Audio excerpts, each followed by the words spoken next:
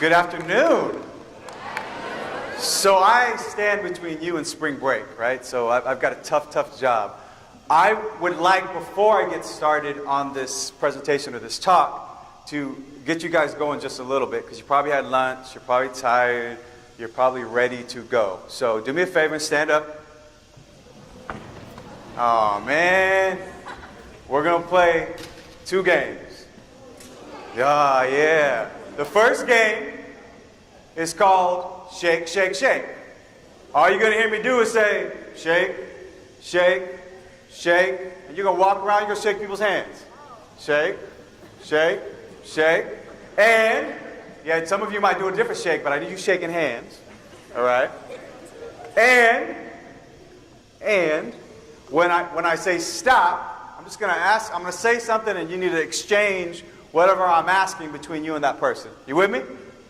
All right. So here we go. We're going. Shake, shake. Go. Move around. Shake, shake, shake, shake, shake, shake, shake. Stop. If there's only 3 of you, that's all good. So tell that person your name, or persons your name, and if you could be a superhero, who would that be?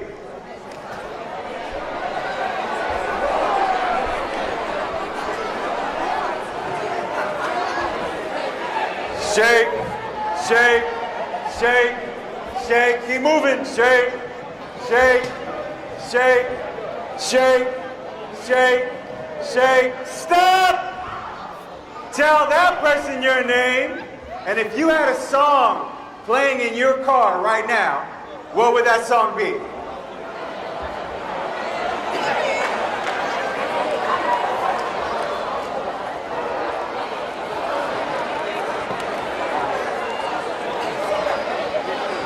Shake, shake, shake, shake, shake, shake, shake. Stop! Tell that person your name. Tell that person your name. Patrick, I'm John. And if you have a nickname, what is it? And if you don't, what would it be? My nickname was JJ growing up. People here in Southern call me Project Pat. Project Pat? Okay. Awesome. All right, let's get back to your seats. Back to your seats.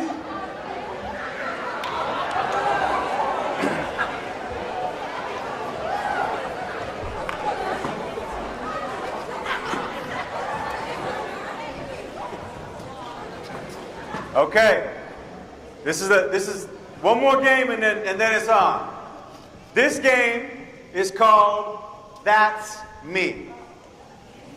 Very, very simple. When I make a statement that resonates with you, you stand up and you would say, that's me. You with me? So let's just test drive that real quick. I go to Memphis Catholic. That's everybody, right? So some of you are just like either mentally like, bro, I'm not standing up. Okay? I'm just saying, right? But that's simple. If I say something that resonates with you, stand up and you say, that's me. Okay, you ready? All right, bear with me. We're almost on spring break. I'll get you there. We're almost there. All right. So the first one is, I prefer Snapchat over Twitter. All right, okay, there we go. And I see we're waking up, because it wasn't even just that me, it was like, that's me! Right, like there was some stuff in there. All right, I prefer Instagram over Snapchat. Why? Hey, don't fall to the peer pressure, do you? Do you? Okay, good. You ready? MySpace. Wow. You don't even know what MySpace is, man. You're like, oh, my granddaddy does, though. You know. Grandpa knows. Okay. Here we go. Here we go. Chick-fil-A is better than McDonald's. There Okay. Go ahead, Chick-fil-A. Hey, where I'm from, I got to drive like 35 minutes to get into a Chick-fil-A. I saw like 3 on the way here. That's great. Okay. Facebook is for old people. I finally got my man to stand up. Hey, I'm not going to lie. I'm not going to lie. That kind of stung just a little bit. Just a little bit. I'm not even going to show you my phone. Okay? All right. Here we go. So we get a little deeper. Maybe a little bit deeper. My parents don't understand me. That's me. Okay. All right. Hey, for those of you who just stood up, your parents are waiting for you in the parking lot. Just kidding. We're just kidding. All right. I can't live without my music. Okay. You good? You all right? All right. Okay. Here we go. Last one. I know you guys are having fun, huh? You're like, no, we're going to have to talk in a minute, okay? Last one. I believe that true love still exists. That's me. All right. Appreciate it. Hey. Thank you, ladies, and the 3 gentlemen who stood up. I'm with you. Okay, so my name is John Sablan, and I'm coming to you by way of Northern California. All the way from California. So this is my first time to Tennessee, which is my first time to Memphis. And so everybody's been very welcoming. I appreciate the love I've received since I've gotten here last night. So I want to know, grade-wise, 7th graders, where you at? Oh, look at it, we're proud. Okay. 8th graders, where you at? Yeah. Now I heard the freshmen are gone, right? Fresh what? Freshmen. They here? Okay. Sophomores, where you at? All right. Juniors, where you at? Seniors. Oh, yeah. Real life's coming, seniors, right? So, hey, juniors are like, bye, right? Seniors are like, what? Whatever. Okay. So I want you to take a trip with me back to my junior year in high school. Okay? It's like 3 years ago. Just kidding. Longer than that, trust me. My junior year in high school. Okay?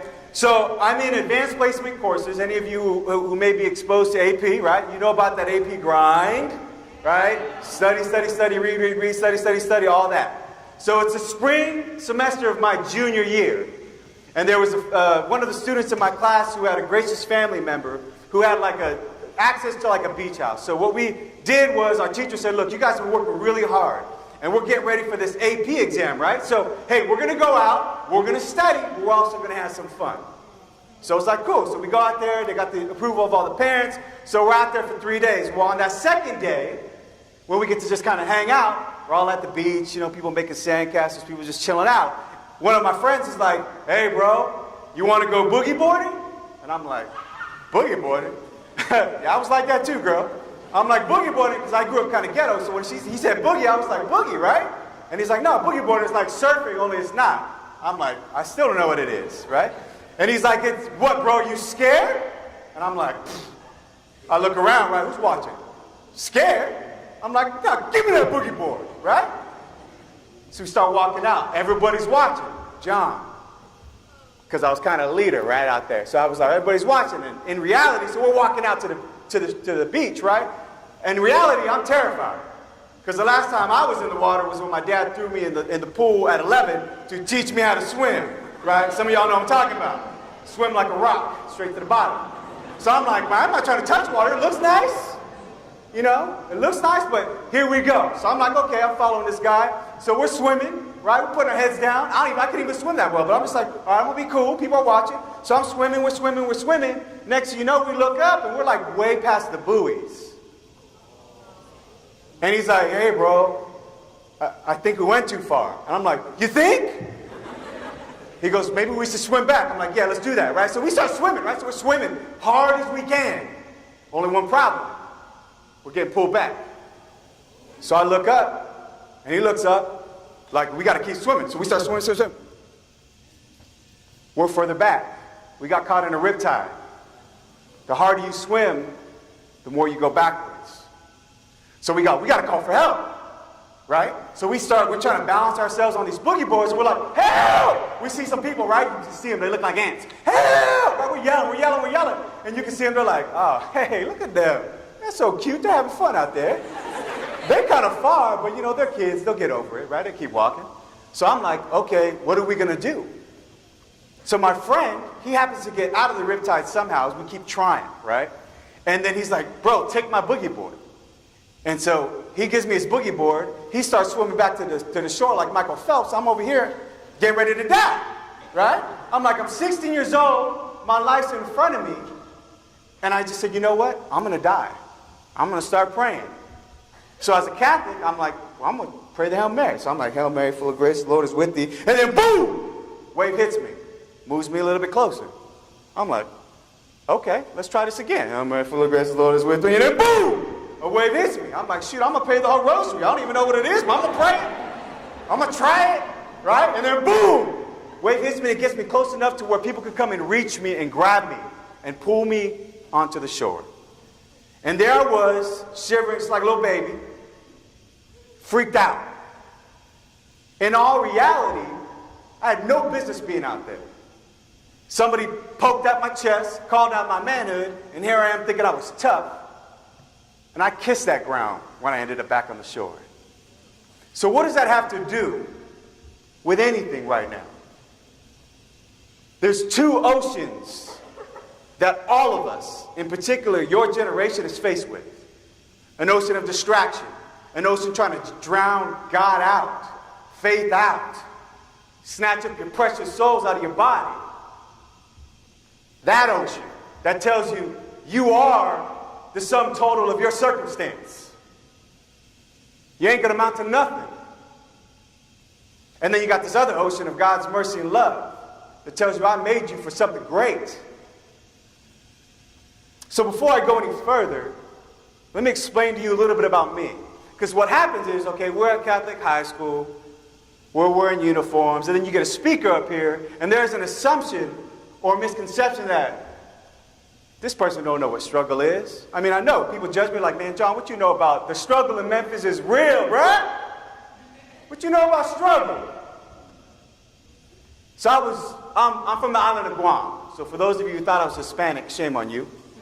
Okay, you're like, what? Yeah, right? People everywhere I go, especially in Cali, right? They're like, they start to speak Spanish. I'm like, I'm not Hispanic. They're like, it don't matter. You look like one. You should speak Spanish, right? I'll be like, I'm confused. I'm from the island of Guam, right? So I'm not Hispanic or Latino. I'm from the island of Guam. It's a Pacific Islander, like Hawaiian, Samoan, Tongan, right? Something like that. So I'm from the island of Guam, a very Catholic island. I was born into the faith 27 days after I was physically born, but I wasn't really raised in the faith. You see, because I had a father who was an alcoholic. And anybody who deals with alcoholism, experiences alcoholism, knows the trauma, the humiliation, and the struggle of that life.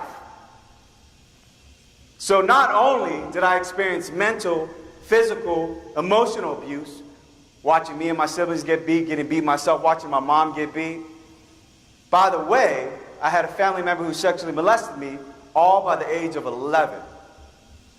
So by 11 years old, y'all, 11 years old, my idea of God, self, self-worth, people, was completely destroyed and ripped out.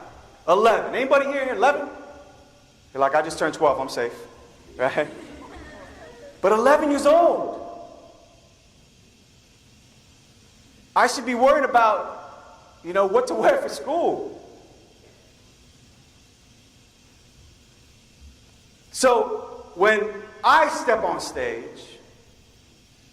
my point is to let you know that I know about struggle. It's no surprise that if I experience all that by age 11, age 12, I get arrested. And then I get exposed to everything that's dark in the world. Whether that be pornography, drug abuse, alcohol, sexual promiscuity, gang-related. Everything that's tugging at you. You know what happened is I ran with the wrong crowd. I found broke people because I was broke. And hurt people hurt people. So I'm like, nobody knows my struggle, just like you guys are probably thinking, maybe. And I said, I'll find that. I'll find my family. And then I got what some of us may know is the Tupac mentality. It's me against the world. Because of the people that are supposed to take care of me don't, I got this. Well, did that get me out of victim mode? Sure. Did I have a reason to be angry? Yes or no? I did, right? So I went from victim mode to survivor mode. Now it's a Tupac mentality, right? Like, I'm going to go get this. So here's the thing is, that same year, I told you it was the spring semester of my junior year, right? Christmas Eve, my father comes home drunk and tries to shoot me and my brothers. Christmas Eve. How was your Christmas Eve? And at that point, I was forced out of my home. So statistics will show you and tell you that I should be dead, homeless, or in prison. And a lot of my youth was spent running. Running from the cops, running from people in authority. And I had two lives. Because the one way I would tell myself is I'm not going to let this define me in my mind. And so what I did is I chased ambition. So I became president of that school. I became the valedictorian. I got accepted to every single university that I applied to, including West Point Military Academy. And if you know about the academy, you got to get nominated by a vice president, senator, or congressman. I got the call when I wasn't even at home. So yay for me that I understood that I needed to bring myself out of that situation. I'm a first-generation college student. And that's a good thing. But do you think that made me completely happy? You think I was still angry? I was. There's a leadership expert by the name of Simon Sinek. Travels the world, writes many books. And he talks about this golden circle. And he uses Apple. Any iPhone users, if you are, right? So Apple. He says Apple is a great company. Why? Because people in the company know their why. Most people know what they do at a company. They may know how they do it, but they never really know why they do it. And I thought about that for a second. I said, that's a pretty good philosophy, but it's missing something. And this is my message I bring to you all today, is that you'll never get to your why until you understand your who. You with me?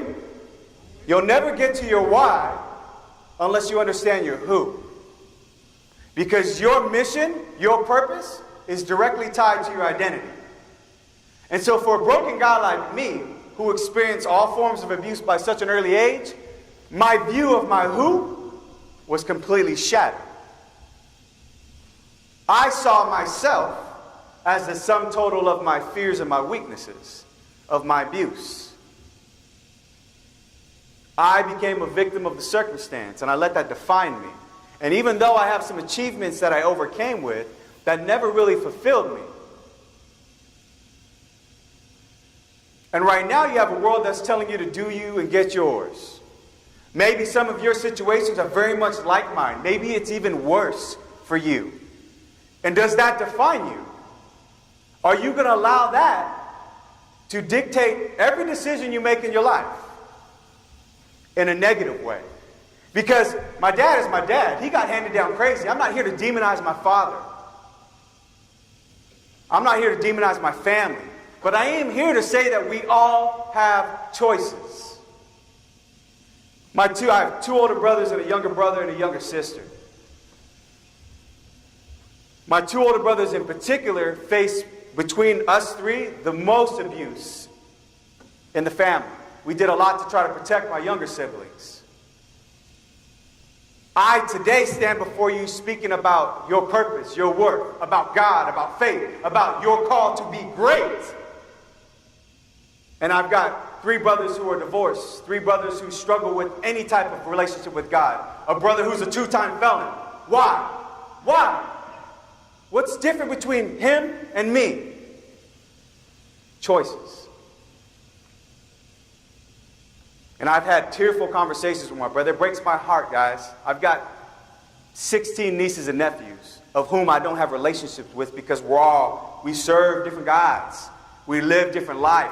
I am not going back to where I came from. Amen? I'm not going back there. And they're still trying to live in that past. They're trying to live in that shadow. They're still in the victim mentality. They don't even want to be survivors. And the survivor is still passive. Our call is to be soldiers, and even more so to be saints. You know, when it comes to your work, I don't know what the situations are, our grades like in here. Maybe right now you're like, you know what, John, this school thing, whatever, man. I don't even know if I'm gonna walk in and find my dad dead. I don't even know. I mean, my dad's not even in my life. My mom's not even in my life. Or my mom's got to work 3 jobs to get me a meal, maybe. And my heart hurts for you if you're in that situation. But is that going to mean you're out?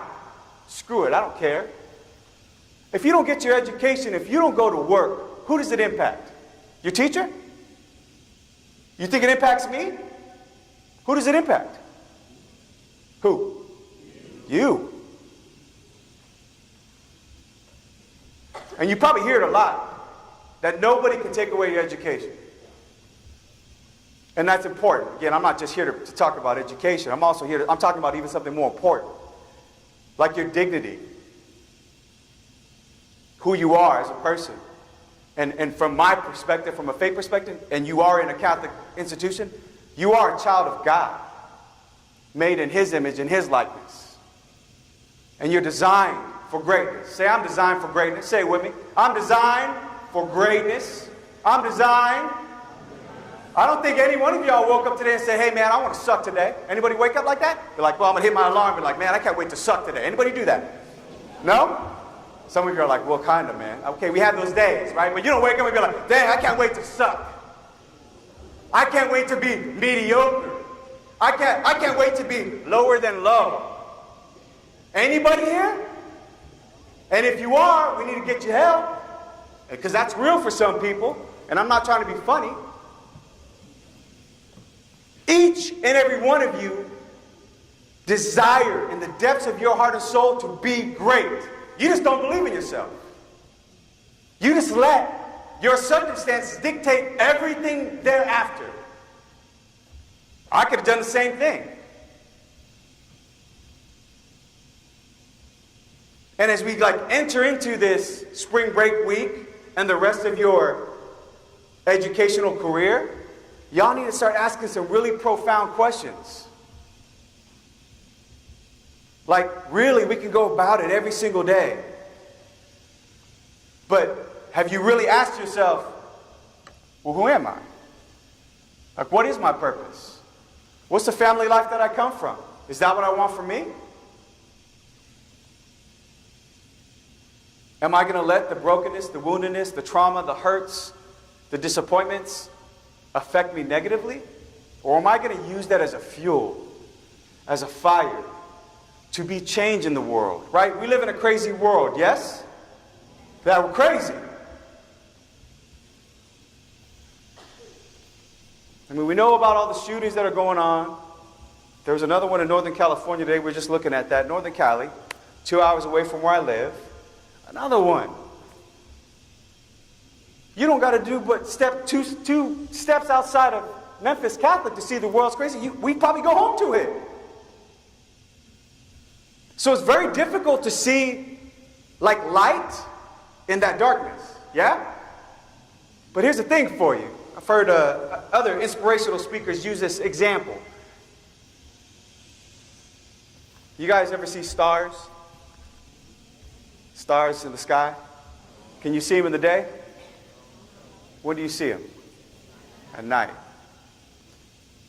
In the dark. And what I see is several hundred stars. But do you see that? Do you see a star? Do you see somebody designed for greatness? That's the real question, y'all. Because there's two types of people in this world. People that say and people that do. Are you a sayer or a doer? Do you walk or do you talk? Huh?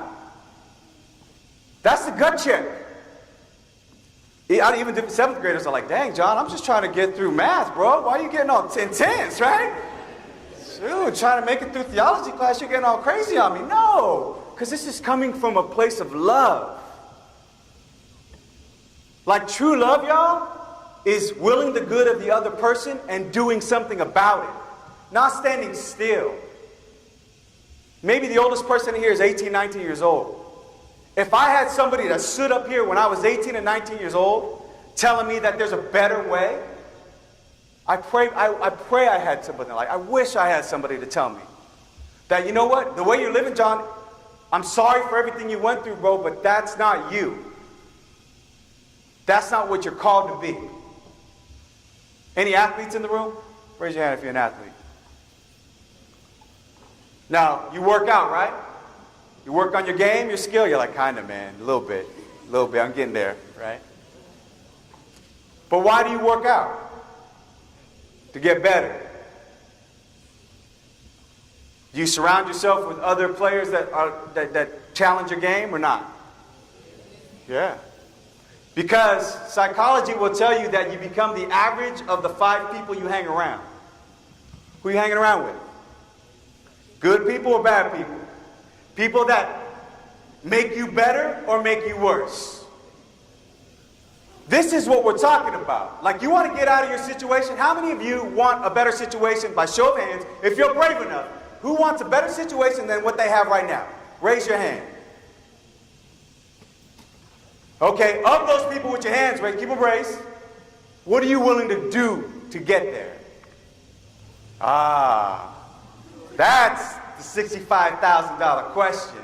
It's because we can all say we want to do something. But when it's time for the rubber to meet the road, the flesh to the bone is who's willing to do something about it. A perfect example of that. How many of you think it's good to eat healthy and to work out? Stand up. Stand up if you think it's good to eat healthy and to work out. Stand up. Y'all looking around too, like, let me see on my size of the room. Who's not standing up? Okay. Of you standing, of those same people who said, I think it's a good idea, how many of you diet and work out more than 4 times a week? Yeah, go to sit down. Go ahead, sit down. All right. So that's a lesson. Go ahead and take a look at the ones still standing. All right? Go ahead and sit down, my friends. You just got a lesson in ideals versus values. Oh, that sounds nice. That's good. But somebody who values something sacrifices and does something about it.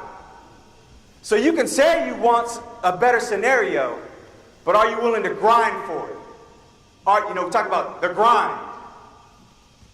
Are you willing to work as hard as you can to overcome those obstacles? There's a scripture passage in all of the synoptic gospels, Mark, Matthew, and Luke, that talks about the Gerasene demoniac. Okay? And so this demoniac had multiple demons. He was possessed. And he used to walk around naked in the tombs, and they couldn't chain him down, and he used to block the roadway, so people couldn't even pass the road.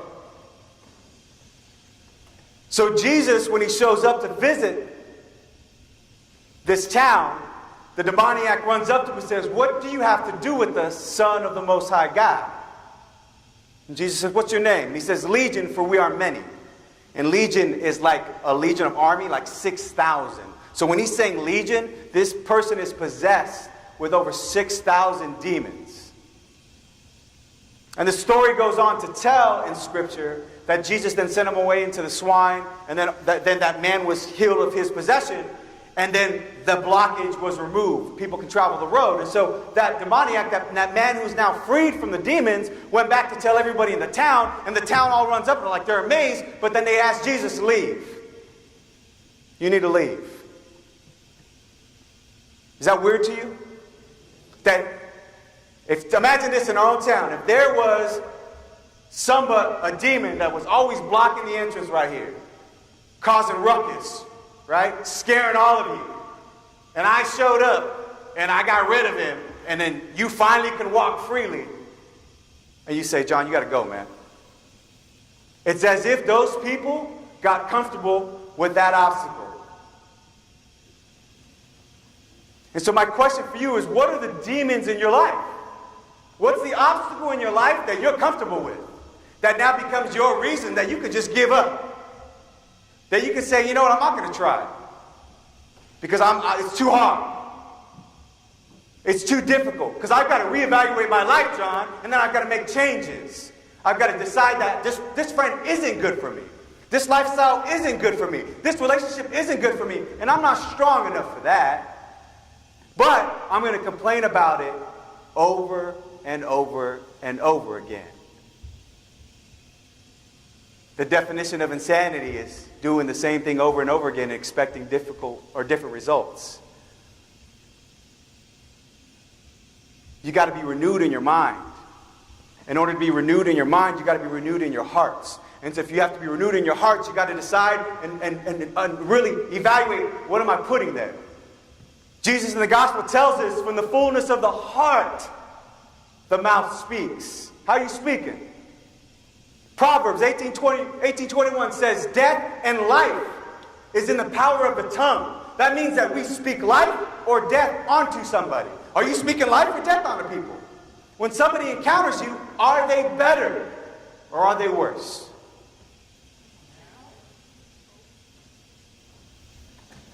We,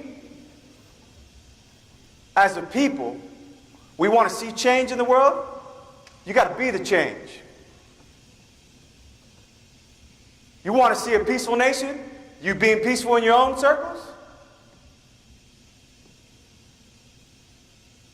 You want to rise up out of your situation? Well, what are you doing to rise up instead of just laying down? Hitting snooze every time. You know, and I travel a lot, and I speak to a lot of youth, thousands of youth on a given basis every year. And I also speak to a lot of adults and parents. And there's a disconnect between y'all and us. You don't think we understand you, we don't think you understand us. And I say that because I'm a parent. I'm married, I got 3 kids. I know you thought I was only 19. That's just that Pacific Islander skin. I use good lotion, you can holler at me later. But there's that disconnect.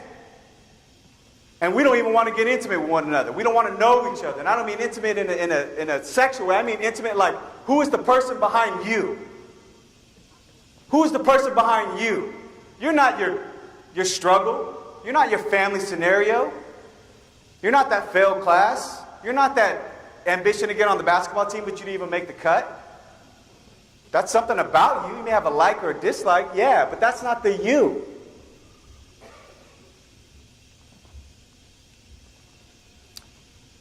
Give you a perfect example of that. Why we shy away from that. So for those of you who have somebody next to you, look at that person for me. And I want you to, so all y'all should be looking at somebody. And I want you to look at that person in the eye. No laughing, no making faces. You just looking at deep in their eyes. Deep in their eyes. I'm going to give you 1 minute. And you're just going to stare at that person. In their eyes. No laughing, no talking, no nothing.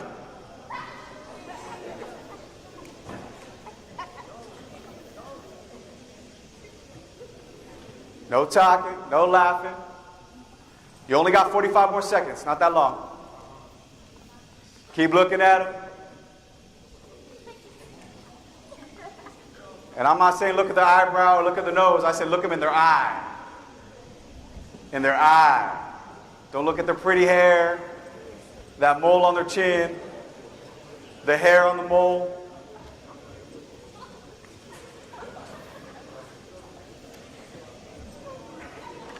15 seconds. 10, 9, 8. Sorry, not done yet. 6, 5, 4, 3, 2, 1. How was that? Horrible, right? That was the longest minute ever. Why don't you just stab me in my eye, bro? Okay, why is that awkward? Share with me. Why is it awkward? Yes. Why is it awkward? You can't stop laughing. My man, why is it awkward? Oh, one of y'all? No, I thought one of you guys were raising. No? Why is it awkward? Huh? What did you say? You can't what? Or you're not supposed to look at a guy and okay. Why though?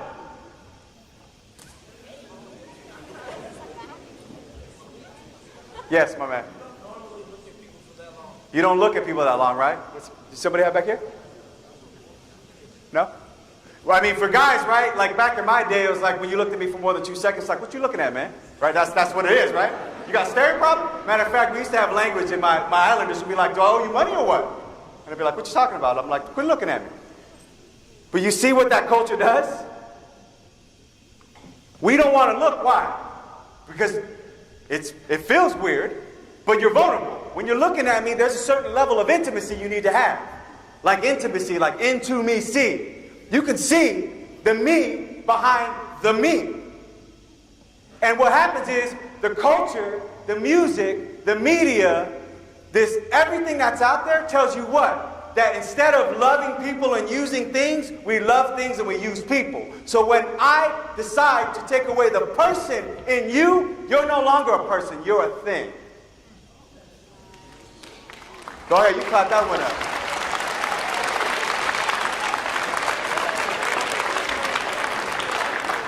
So the reason why it's uncomfortable is because we're uncomfortable with ourselves. You don't know you.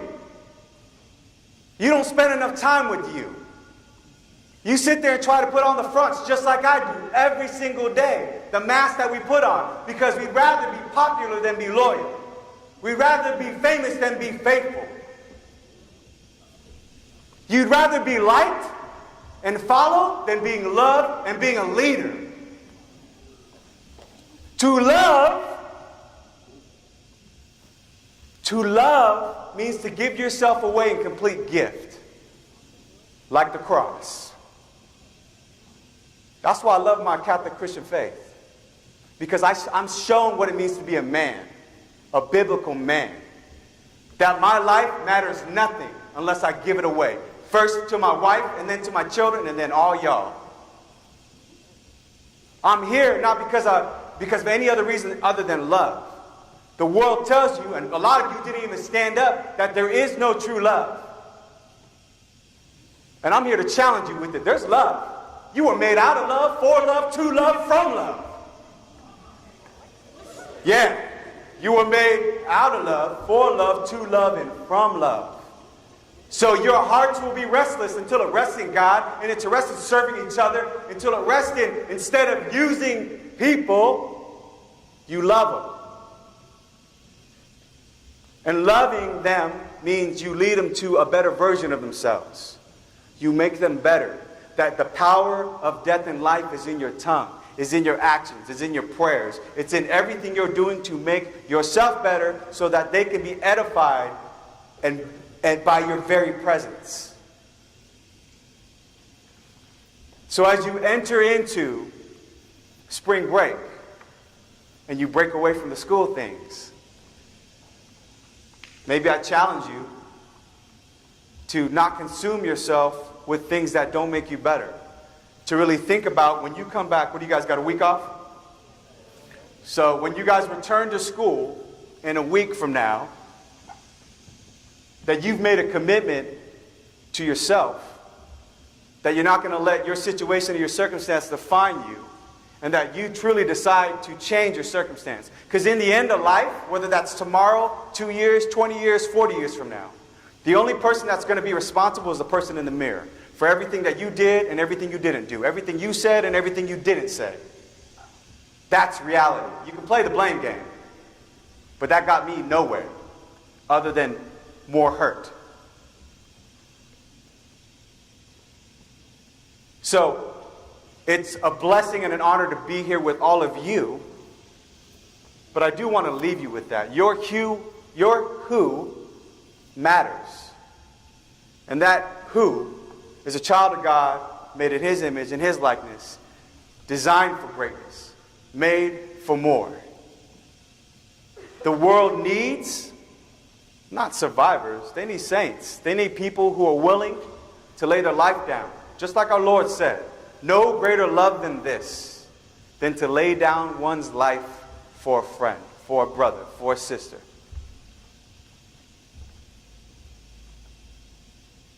Your faculty here, your teachers, administration, they care a lot about y'all. And it may not seem like it sometimes. And it's a challenge to them too. Are they loving you in all your brokenness and all your woundedness and your whole situation in the way that honors the dignity of who you are as a person? See, you want to help repair some of the issues we're dealing with in our culture? Be a bridge. Talk to each other. Dialogue. Quit making assumptions. Quit judging. And I don't mean judging behavior. I mean, don't assume you know me. You don't know me. But get to know me. I don't mind you want to sit here and look me in the eye. I mean, it will get awkward probably after a minute. But I don't mind that. Why? Because you actually care enough to sit with me. Get to know me. Understand where I come from. Understand what drives me. What I'm passionate about. What do I need healing from? So that way when I see you in the hall, I can say, hey man, I thought about you the other day. I hope everything's going okay at home. I said a prayer for you. Or hey girlfriend, hey, I hope that test went okay. I know you're real stressed out and I finally felt it for you. That's how we rebuild a culture of life instead of speaking death on people. You are the answer to the future. But instead of worrying about the future, think of the now. Think of the now and do it now. Because while other people are thinking it, we do it. We do it, yeah? Amen? We go after it right now. Right now. And be a change. Be a light. And show this world what we can do when we come together. God bless you.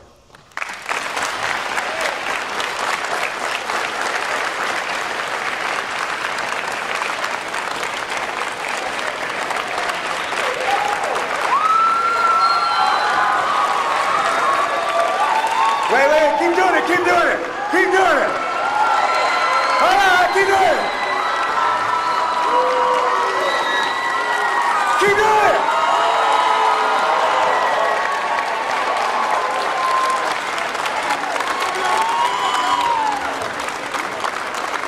You guys are awesome.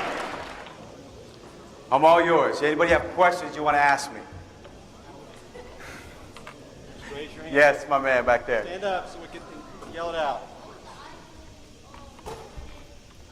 The island? Guam. G-U-A-M. Where is it? The Pacific Island just south of Hawaii and Japan. It's a little island. It's 38 by 8 miles long. 150,000 people. It's very small. Yes, my dear. Yes.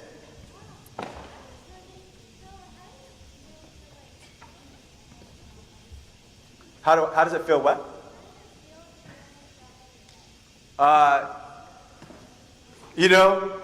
She asked, how does it feel to be almost shot by your dad?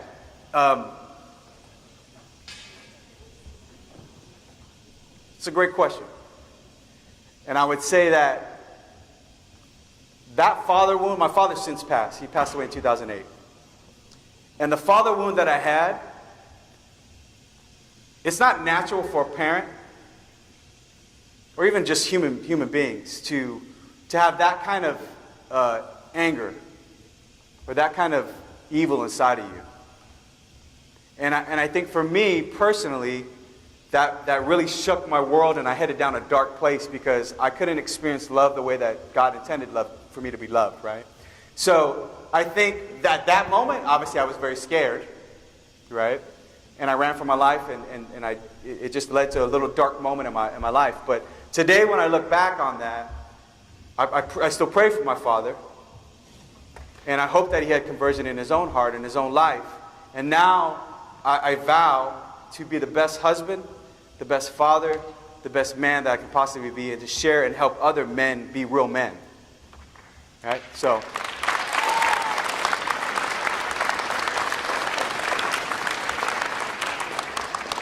who else? Notice I get hot because I just like fire, right? So sorry. Yes. I was what? Yes. I was molested. You said molested? Yeah. I was sexually molested by a cousin.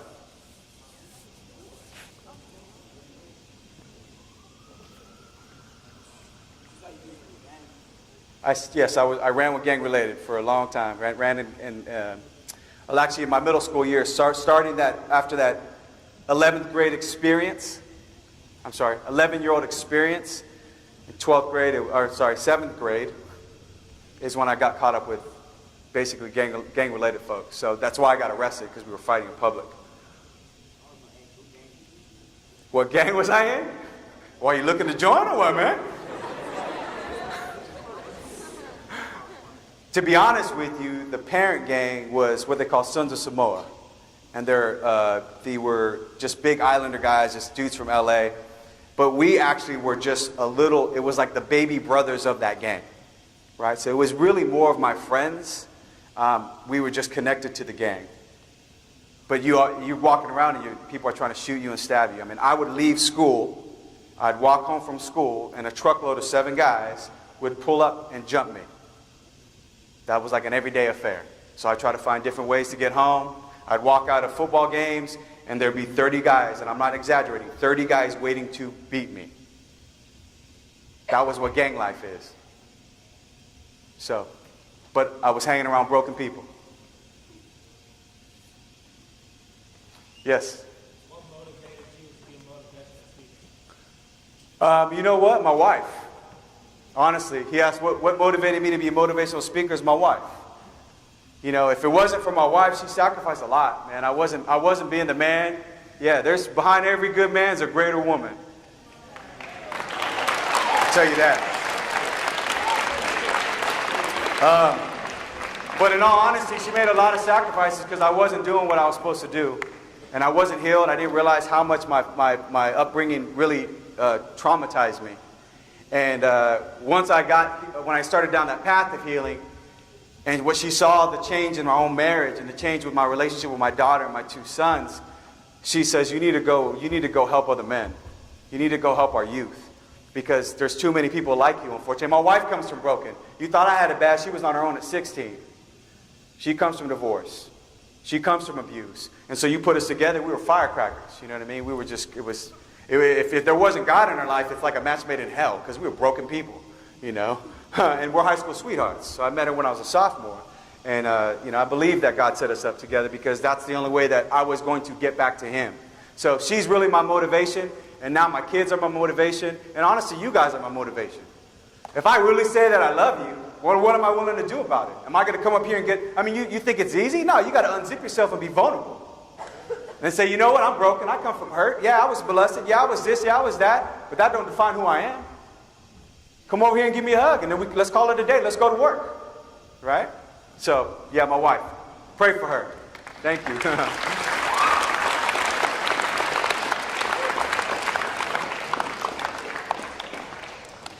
Any other questions? It could be anything. Well, maybe not anything. Put his hand down. Okay, well, fine. Did somebody ask? Yes. What's my favorite part about doing this? This part of it, actually.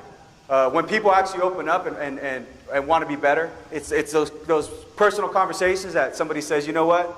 Like, hey, John, that story touched me. Thank you. I want to be that. I want to be a better man, or I want to be a better woman, or I came from abuse too. What did you do to heal? So when I can help you down that process of healing and inspire you just to change, that's worth everything. That's worth everything. Yes. Yes. How tall am I? How old?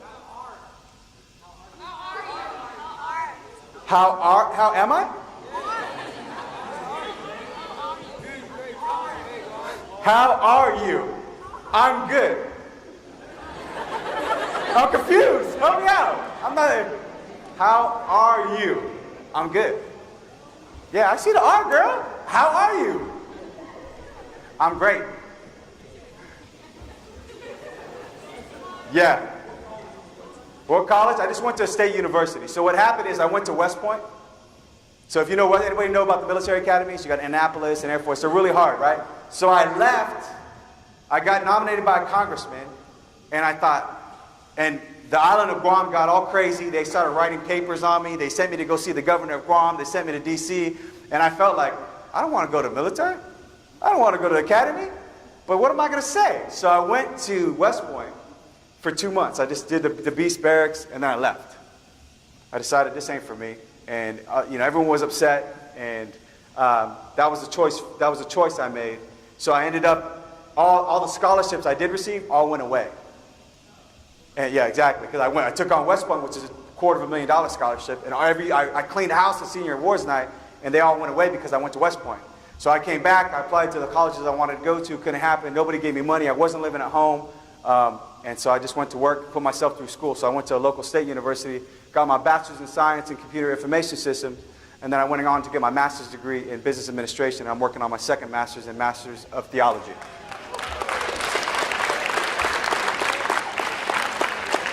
Yes, my man. How long have I been doing this? Since 2015. 2015, and I was sharing with the gentleman, Bill, who brought me out here. It's actually crazy. I never knew, and there's a whole other story, like this whole faith conversion thing is a big deal, and maybe some of you men can come to the talk tomorrow, because you hear some of that. But what was amazing is, I was at the bottom of the barrel. I didn't like who I was. I was getting ready to lose my wife and my kids. Job was just terrible, and I really gave my life to God. And I said, you know what? I'm done. I'm done doing me. I'm done letting this define me. Everything's yours, God. And from that point on, I started this journey. And I never would have guessed I'd be here. But I did a bunch of talks last year, right? All the talks I did in 2017, I'm doing more than that in just these first 3 months. Right? So when you give your life, and you fully surrender, and you are living out what you're being called to do, God's going to bless that. So it's been since 2015 to doing it. Yes. Do you watch Eric Thomas? I do watch Eric Thomas, of course. How bad do you want it? Right? Eric Thomas, there's Jeremy Anderson, there's a couple of these other guys that are really good motivational speakers. And they're coming from a place of, and the nice thing about what they're doing, Dr. Eric Thomas, right, is these guys know hard. They know struggle. They know homelessness, right? But they also know that you can't just be overly ambitious in going after what the world wants. They care about your soul too. And so there's an element of spirituality and faith that's really good. But yeah, who doesn't know Dr. Eric Thomas? Right? Yes.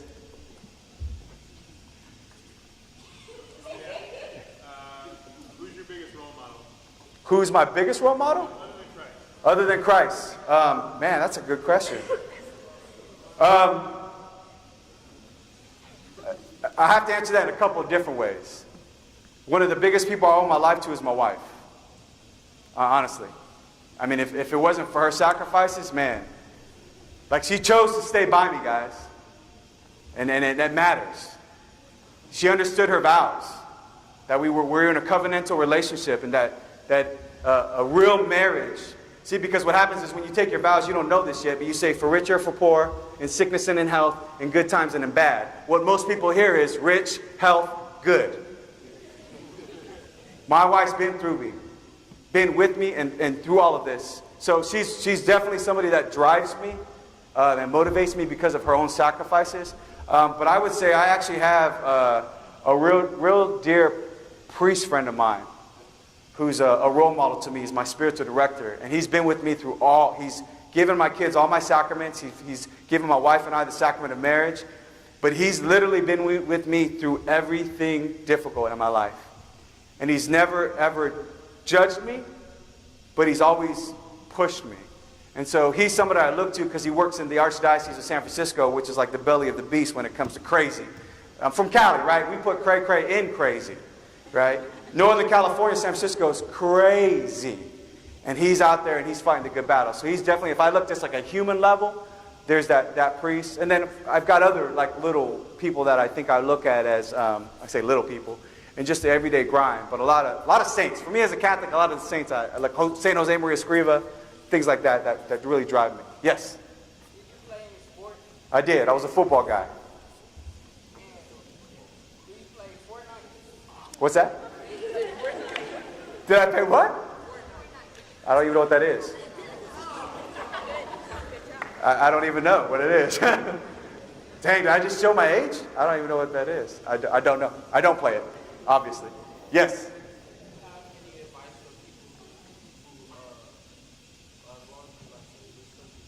Do I have any advice?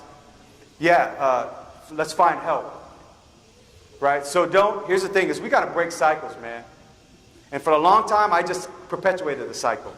Right? Meaning I just kept doing what I was doing. I fed into the culture. Don't let the culture define how you're going to deal with this issue, but get help. Sometimes that's mental health help. See counselors here. Sometimes that's spiritual help. Right? And see, I ignored the mental health. I ignored it. I ignored the spiritual. All I said is, well, I'm going to go get rich. That's what I said. I'm going to go be that guy. 6 figures by age 30. 6 figures by age 30. You think that solved my problems? No, I was still broken. All right, so I would say if somebody you need to seek help. And you need to seek help from people that are really trying to help you. Not hurt you, not oppress you, not lead you down the wrong path, but somebody who's going to value what you value and hopefully lead you to a set of values. And I think that should be mentally, emotionally, spiritually. But find somebody that can help you. And there's plenty of resources. And I'd be happy to point you in several directions if you need to. So you can come see me after. Okay? Yes? This question is kind of like a three-parter. Okay. You came all professional right now, man. I'm just like ready. Like, go ahead. Okay. So how old are you? What is your annual income? Oh, jeez. What is your annual income? Yes. And when exactly did your life start turning around, financial-wise? My man. So how old do I look? How old do I look? 36. 40. Dang, some of you are like 40. 44? Hey, hold on. I'm 41. Ah! Hey, that used to be a young thing. What's going on here? I'm 41. As far as my annual income, why are you trying to get in my business, bro? Are you IRS? What's going on? I make good money. That's all I would say. I'm blessed. So I make good money. I work in technology. I'm a technology exec. I don't know if that's where God's always going to call me, but here's what I will tell you. Is I make good money, and it started turning around for me financially. It's funny. When I was chasing the dream, I was doing well, but I was always wanting more. Ever since I don't care about my salary, God's blessed me. I got, I don't even have to worry about my life right now in the sense of finances. But at the same time, I'll tell you, I'll walk away from this job in a heartbeat. In a heartbeat. If it ever crossed between my faith and my family, ever. Matter of fact, when the owners of the company I'm at now, this is a good story. I'm going to give you this as probably one of the last things we can talk about when it talks about courage. They were testing my Catholicism. I came and I said, I left the job I was at. I was working for a $3 billion company, and I was targeted as the next chief information officer. All I had to do was sit there, okay? All I had to sit there and wait for the dude to retire. And that job, and I'm not kidding you, was worth $250,000 base salary. And I probably would get a $50,000 or 50% bonus on top of that if I just sat there. My picture was on the succession plan. But I had to be an ugly, pompous prick, and I had to step on people. Okay? And so I said, not doing it. So I left. So I went to go interview at this other company. I said, hey, you have these values on your wall. Do you live them? And they're like, what? I'm like, you have values on the wall. You respect people. Do you really respect people? And they're like, where's this guy coming from? I said, because I come from a place that has values on the wall too, but they don't live them. I'm going to let you know now, I'm Catholic, and it's all about God and my family. Okay, we respect that. And then they asked me to do things that were against what I wanted for my family. And I said, hey, I'm not doing that. They wanted me to go to some crazy thing, I don't know. They were big on trying to build social life and hang out. And all. I said, I'm not hanging out. I'm not going to Vegas. I'm not doing all that. So the owner met with me, said, we need to go have coffee. I need to talk to you. And he says, You mean to tell me if I, the president, the person who signs your text, tells you to go, you're not going to go? I said, not only am I going to tell you no, I'm going to tell you, hell no. And if you ever think you're going to step in between my faith and my family, you're tripping. I come from nothing. I'll work 5 jobs to support my family. And he goes, you're lucky you're good at what you do, or I'd probably fire you. I said, you need me to go find another job? Because I'll be happy to resign right now. Needless to say, I'm still there. They're giving me plenty of raises, and they're happy that I'm there because I make them better. You see what I'm saying? So I said, you know what? Call me out on it. I'm saying I'm Christian. I'll make your company better. I'll make your people better. I'll make my department better. And I've made them better, and I'm there 5 years later. So when we stand firm in your convictions, it shows people what courage really is. So I don't know if we have time, Deacon, for more. They have one more question for you, my man. What's that? I just work at a local retail company in my area. So they have about 20 different stores across 3 different counties. And so my job, I'm the director of technology, and I manage all the technology for the facility. So any of the softwares, the phones, the servers, all the security stuff and the cybersecurity, that's all me in my department. So as a local private firm, because I'm done with big company. I just work for a little private guy, multi-million-dollar company. They take care of me. It's a 7-minute commute. I get home to my family. I get to take days off and come and preach. Life is good. God's blessed me. All right, guys.